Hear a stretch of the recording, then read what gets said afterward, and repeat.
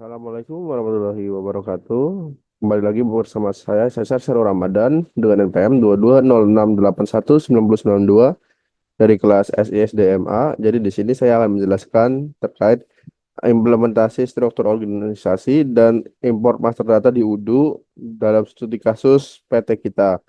Jadi pada lab kali ini kita akan lebih tepatnya kita akan mengimpor master data dan menambahkan modul ekstra seperti HR, organizational chart pada UDU, dan hal ini merupakan langkah yang penting untuk meningkatkan efisiensi pengelolaan struktur organisasi dan sumber daya manusia.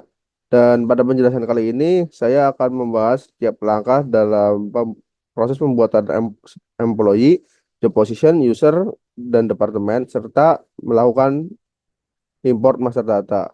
Dan selain itu, saya akan membuat juga modul ekstra organizational chart, mulai dari persiapan, pengaturan, hingga aktivasi fitur-fitur penting yang mendukung manajemen SDM di PT kita nanti. Sehingga kita dapat dengan mudah memahami cara memanfaatkan UDU untuk pengelolaan SDM yang lebih baik. Oke, jadi pertama kita langsung masuk ke pembuatan data employee, job position, user, dan departemen secara manual. Jadi pertama kita mengunduh modul ekstra HR Organizational Chart. Jadi pertama caranya kita dapat mengakses HR Organizational Chart yang ada di Udo App Store atau klik link di bawah ini yang sudah saya berikan di sini. Lalu pada tugas ini kita membutuhkan versi 16, maka klik download for V16. Jadi ini. Jadi selain itu, setelah itu kita ekstrak folder zip-nya ke directory add-ons. Jadi pada lab sebelumnya kita sudah melakukan hal seperti ini juga. Jadi kita ekstraknya ke folder add-ons. Nah, jadi hasilnya akan seperti ini. Jadi setelah di setelah diinstal, setelah selesai kita ekstrak ke add-ons yang di mana folder pertama kali kita melakukan instalasi UDU. Lalu yang ketiga menambahkan variabel baru. Jadi buka folder UDU yang sudah dibuat dengan IDE, lalu tambahkan potongan kode di bagian depends di file manifest.py yang ada letaknya di OHRMS underscore core dengan isi HR underscore organizational chart. Seperti ini hasilnya. Lalu yang keempat, akses UDO SOL. Jadi setelah menambahkan ini tinggal nyalakan Docker atau nyalakan di VS Code atau di IDE kalian dengan jika dinyalakan di IDE dengan lakukan dengan komen Docker compose up, jika Docker tinggal dinyalakan saja. Lalu akses localhost 8070. Oke, setelah itu buat database baru di mana database ini no demo. Jadi caranya pertama setelah masuk ke UDO SOL, klik manage database. Di sini ada manage database. Lalu buat akun no demo dengan syarat tidak melakukan checklist pada bagian demo data. Jadi awalnya isinya tuh kayak gini ya, ada demo data ini jangan di checklist. Nah, isinya bebas. Nah, jika sudah berhasil dibuat, kembali ke halaman login lalu masuk dengan username dan password yang sudah digunakan. Jadi seperti ini. Saya membuatnya dengan nama try.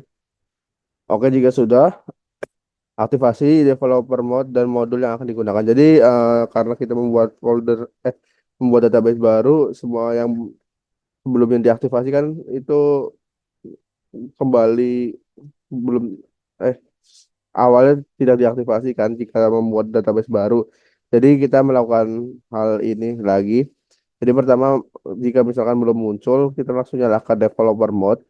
Nih, jadi jika berhasil masuk terus kita nggak ada tulisan app list update app list, kita perlu mengaktifkan mode developer dengan cara masuk ke setting, terus scroll paling bawah, lalu activate to developer mode.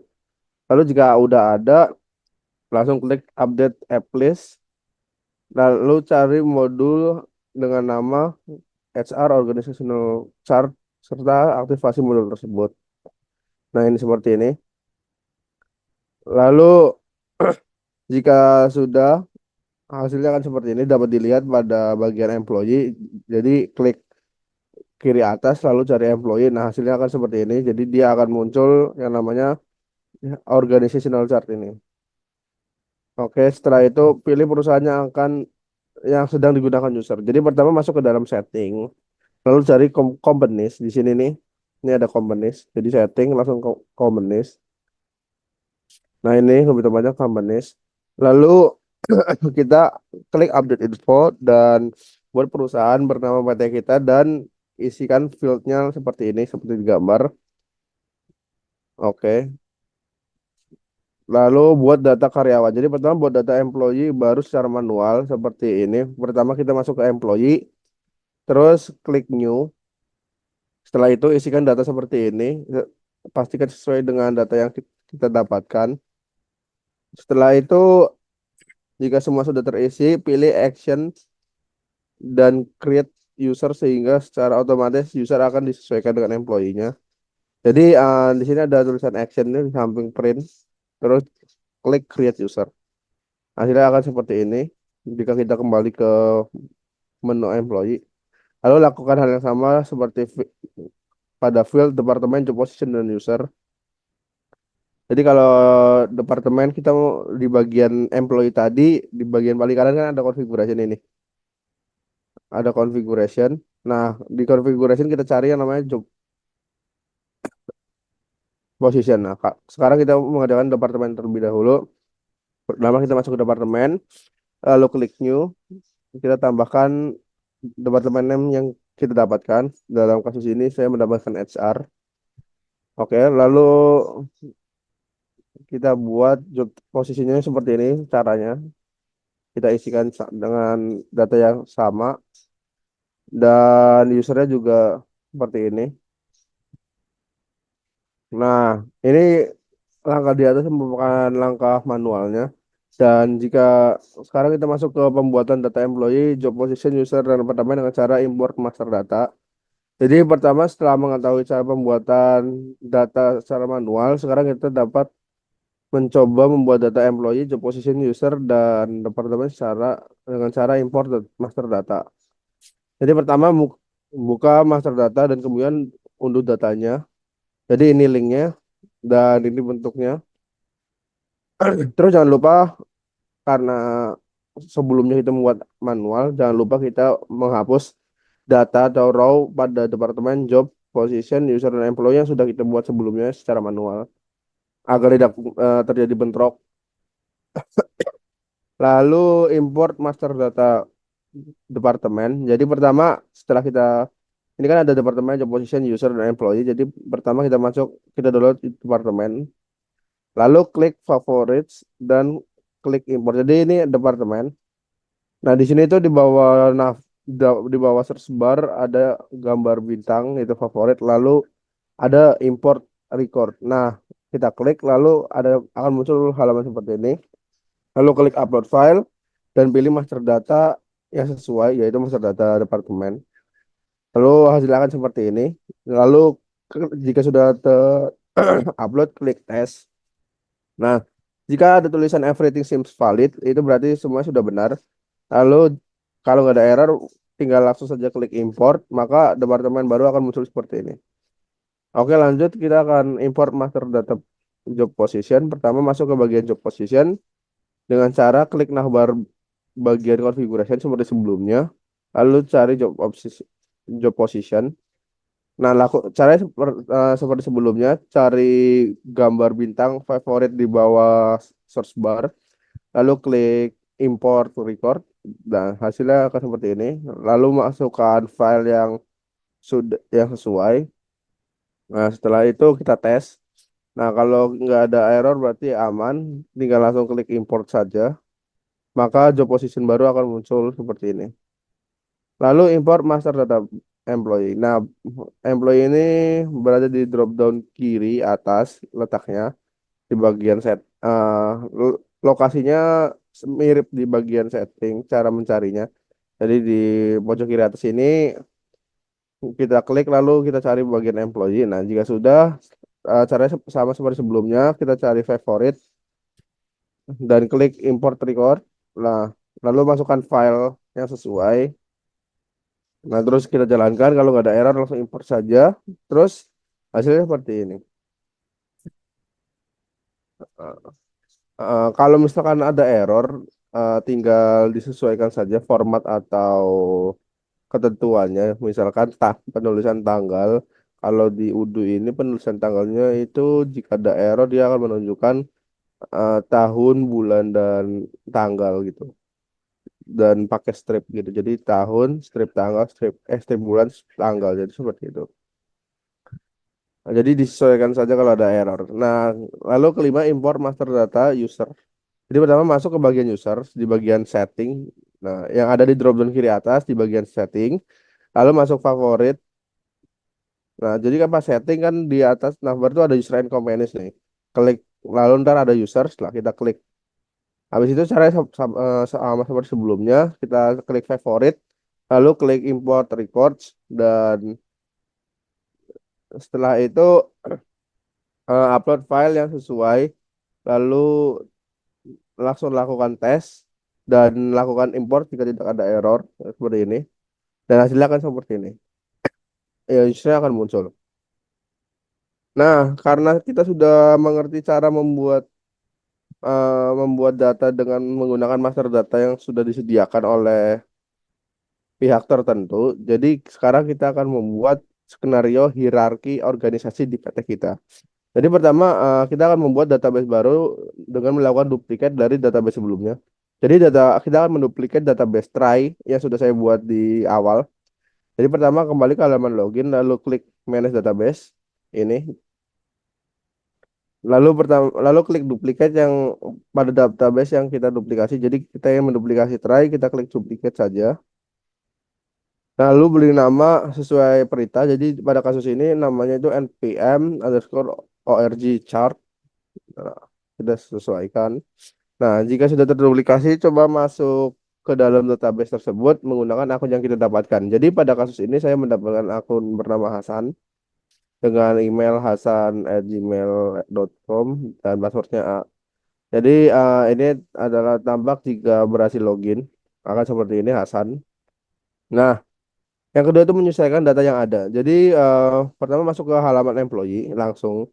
Lalu kita akan terlihat data seperti ini. Jadi semua data akan terlihat dari departemen manapun. Nah, tapi pada kasus ini kita hanya perlu kita hanya perlu mengecek apa departemen yang kita miliki saja. Jadi pada kasus ini Hasan yang saya dapatkan itu merupakan departemen bagian human resource. Jadi saya hanya perlu em, jadi saya hanya membutuhkan departemen human resource saja di bagian ini. Departemen lainnya tidak saya butuhkan, bisa saya langsung buang. Jadi caranya langsung diselect all aja, lalu kita unselect departemen human resource lalu delete. Nah, jika sudah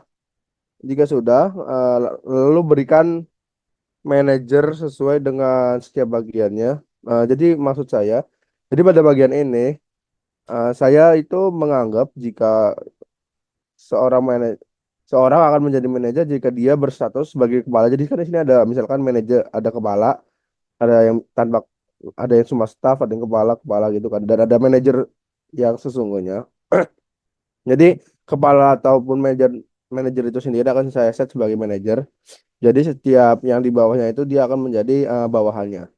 Jadi misalkan misalkan sebenarnya Haru. Haru itu di sini dia merupakan bawahan dari kepala seksi rekrutmen yaitu Halimah. Jadi Haru ini manajernya saya set Halimah seperti ini.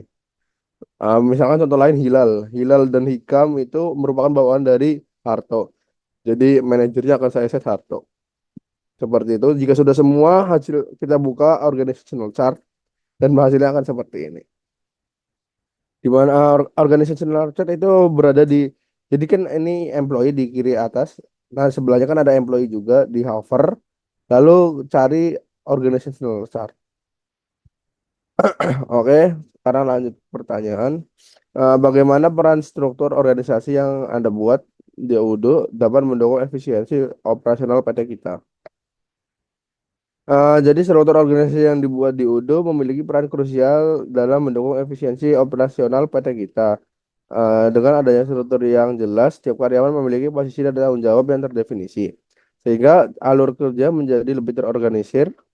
Dan fitur HR Organizational Chart di UDO itu sangat memungkinkan visualisasi hubungan antar divisi dan jabatan, serta memudahkan manajer untuk mengidentifikasi peran dan tanggung jawab masing-masing karyawan. Hal ini juga berkontribusi pada pengambilan keputusan yang lebih cepat dan tepat, karena informasi terkait posisi dan hubungan pelaporan antar karyawan tersedia secara transparan.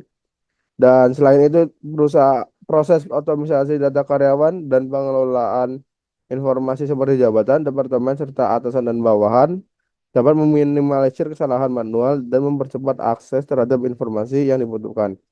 Dengan demikian, struktur organisasi yang terintegrasi di UDO tidak hanya mendukung koordinasi yang lebih baik antar tim, tetapi juga meningkatkan produktivitas secara efisiensi serta efisiensi dalam manajemen SDM secara keseluruhan.